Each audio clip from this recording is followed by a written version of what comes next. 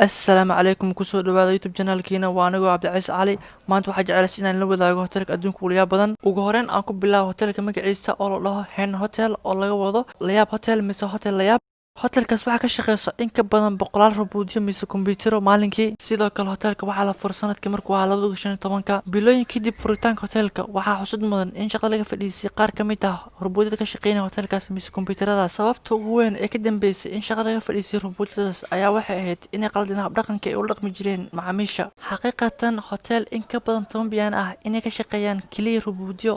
ayna qof bid'aadam dhex joogin maskaxda bid'aadanka inay qaadato xaqiiqatan aad ay u adag tahay waxyaabaha hotelkan aad ka ugu yaab waxa kamid ah dhammaan rubuudyada kolkal hotelkan waxay awood buuxda u leeyihiin macaamilka luqad walba oo ku hadlo in ay ugu jawaabaan sidoo kale aad ay u fududahay in la macaamiisho rubuudka sida caadiga rubuudka marka kood wuxuu ku soo dhaweynayaa luqada Jamaaneyska kadib wuxuu ku hadlayaa luqad Ingiriiska oo ku leeyahay kusoo dhawaaw hotelkan dooro luqada aad jeceshahay aad arabtid inay fahamtid mise aad isku la hadalno kadib si u jeedin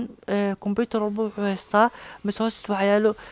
shaashadaas waxa ka dooranaysaa luqad walba luqada aad leedahay marka dooratid kadib fuuda inaad fahantiin maxaa yeelay wax walba amiir ah oo mise luqadaada ku hadlaa caadi isku fahmaysiin waa sheekaysan kartiin wax walba oo laga baahan yahay ku sheegayo meel walba ku tilmaamayo macna aad ay u fududahay inaad fahantiin waxyaabaha aad ku xusad mudan oo hotelkan lagu leeyahay waxa kamid ah sida normaalka ah insaanku waxay jecel yihiin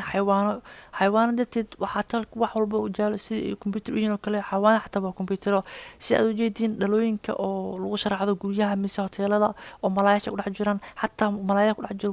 waa noocyo computer ah si aad u jeedin xataa irid u wareysa reception-ka ah oo hotelka waxa la joojiyay xayawaan la dinsoor oo nooc dinsoorta loo keysiyay maalinka ah hotelkan aad soo gashid ilaa maanta ka bixi doontiin arki doonted bin aadam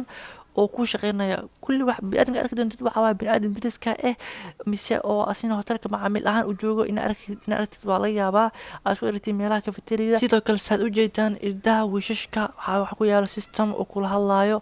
oo ku furaysid aad galaysid marka gashid kadibna aad doonaysid biyaanada aragtid xitaa irdaha caadiga ah inaad furto ma loo baahno ayaa isfuraayo waxa ku xiran face ID system oo bini'aadamka ah isla markaas aqalka soo gashid waxa si automatic u daarmaayo TV-ga iyo mukeefka waxa aad u leedahay inaad soo degsatid apps-ka TV remote-ka sida inaad soo degsatid Samsung-ka mise Apple-ka mise ay nooc oo telefoon awoodid way ku fududahay markaad soo degsatid kaliya on off ayaad ismacaaleysaa iyo darajada aragtid oo kulaalka qabowga mise TV-ga meesha ka bedeli kartaa